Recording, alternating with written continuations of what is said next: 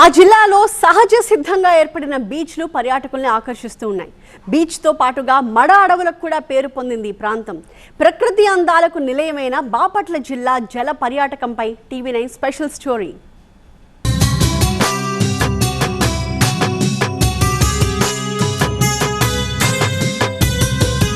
బాపట్ల జిల్లాలో తీర ప్రాంతాన్ని పర్యాటకుల స్వర్గధామంగా పేరు పొందింది. ఓ పక్క సహజ సిద్ధంగా ఏర్పడిన ఇక్కడి బీచ్లు, మరో పక్క మడ అడవులు పర్యాటకులను ఆకట్టుకుంటున్నాయి.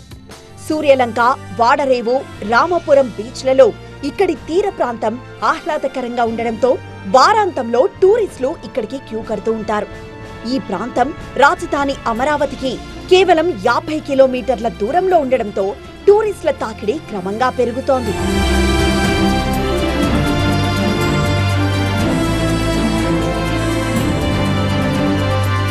మూడు వాగుల సముద్రంలో కలిసే చోటైన పొగురు సూర్యలంకకు 2 కిలోమీటర్ల దూరంలో ఉంది.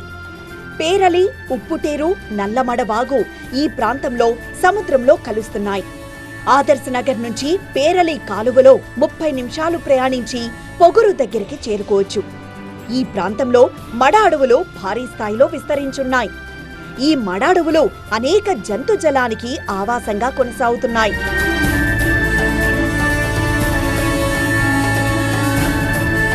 కేరళ తరహాలో బాపట్ల, రేపల్లె, కర్లపాలెం, నిజాంపట్నం మండలాల తీర ప్రాంతంలో సముద్రం నుంచి వెనక్కొచ్చే జలాలు పడవల విహారానికి అనుకూలంగా ఉన్నాయి. వాగులు, కాలువల్లో మడ అడవుల మధ్య పర్యాటకులు ప్రకృతి రమణీయ దృశ్యాలు తిలకిస్తూ పడవల్లో విహరించే కళ త్వరలోనే కార్యరూపం దాల్చనుంది. ఇందుకోసం ఇప్పటికే కూటమి ప్రభుత్వం ప్రణాళికలను సిద్ధం చేసింది. పర్యాటక రంగాన్ని పరిశ్రమగా ప్రభుత్వం గుర్తించడంతో స్థానిక పర్యాటకంపై ఇక్కడి ప్రజలు భారీ ఆశలు పెట్టుకున్నారు.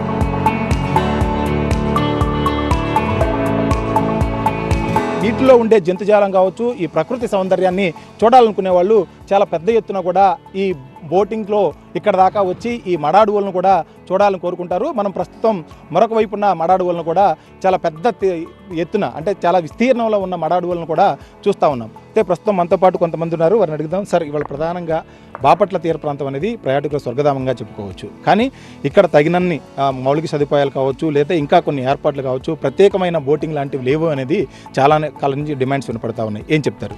బాపట్ల, చీరాల ఈ రెండు ప్రాంతాలలో చాలా సుందరమైన ప్లేసు. దీని యొక్క భౌగోళిక పరిస్థితి కూడా ఎలా ఉంటుందంటే కొంచెం కరువు ఉంటుంది. ఇక్కడ కరువు ఉండటం వల్ల బాపట్లకి ఈ సునామీ, ఈ ఫ్లడ్స్ రావటం అనేది చాలా తక్కువగా ఉంటుంది. ఈ ప్రాంతంలో పర్యాటక రంగం అభివృద్ధికి చాలా విస్తృతమైన అవకాశాలు ఉన్నాయి. ఇక్కడ ముఖ్యంగా చెప్పుకోదగింది ఏంటంటే ఎంత సుందరమైన ప్లేసు అంత సేఫ్టీ ప్లేస్ కూడా. మరి ఆంధ్రప్రదేశ్లో ఎక్కడా లేనటువంటి సేఫ్టీ ఇక్కడ ఉంది. సముద్రం యొక్క లోతు తక్కువ, విస్తీర్ణం ఎక్కువ, సుందరమైన అడవులు ఉన్నాయి, రోడ్డు మార్గం ఉన్నాయి, అన్ని వనరులు ఉన్నాయి. ఇటువంటి ప్లేస్లో కనుక పర్యాటక రంగాన్ని వృద్ధి చేస్తే మంచి ఆర్థికంగా రాష్ట్ర అభివృద్ధికి కానీ ఇక్కడ ఉండేటువంటి యువతకి ఉపాధి అవకాశాలు కానీ రావడానికి అవకాశం ఉంది. పొగురు దగ్గర విదేశీ పక్షులు, సముద్ర తాబేళ్లు సైతం సంచరిస్తూ ఉండడంతో పర్యాటకులు వీటిని తిలకించడానికి వస్తున్నారు. ఇక్కడి జంతుజాలం వివరాలను పర్యాటకులకు తెలిసేలా బోట్లు ఏర్పాటు చేస్తే టూరిజం మరింత ఊపందుకుంటుందని స్థానికులంటున్నారు. దాదాపుగా ఏడాది పొడవునా పేరలి, ఉప్పుటేరు, నల్లమడ వాగుల్లో నీరుండడంతో బోట్లు తిరగడానికి అనుకూలంగా ఉంటుందని చెప్తున్నారు స్థానికులు. హైదరాబాద్ నుంచి, తెలంగాణ నుంచి, రకరకాల ప్రాంతాల నుంచి ఇక్కడికి పర్యాటకులు ఎక్కువగా వస్తుంటారు. శనివారం, ఆదివారం 2 రోజులు వస్తే ఇక్కడ చుట్టుపక్కల వాళ్ళకి కావాల్సిన సౌకర్యాలు ఇచ్చే హోటల్స్ కానివ్వండి, ఇంకా వసతి గృహాలు అన్నీ ఫుల్ అయిపోతాయి. ఇంకా ఇక్కడ కావాల్సినటువంటి మౌలిక సదుపాయాలు చాలా ఉన్నాయి చేయాల్సినవి. బాపట్ల తీర ప్రాంతంలో అనేక రిసార్ట్స్ వస్తున్నాయని, అదేవిధంగా హోటల్స్ ఏర్పాటు చేసి ఇక్కడ మౌలిక సదుపాయాలను కల్పించాలని స్థానికులు డిమాండ్ చేస్తున్నారు.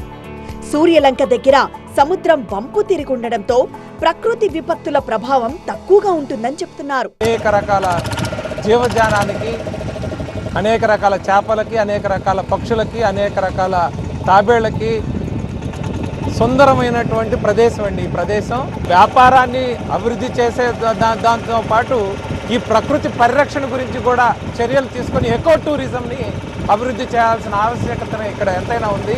పర్యాటకానికి ప్రాధాన్యత ఇస్తోన్న కూటమి ప్రభుత్వం సూర్యలంకలో టూరిజం అభివృద్ధికి 100 కోట్లు కేటాయించింది. సూర్యలంక బీచ్ ను బ్లూ ఫ్లాగ్ బీచ్ గా అభివృద్ధి చేయడానికి రాష్ట్ర పర్యాటక శాఖ చర్యలు ప్రారంభించింది.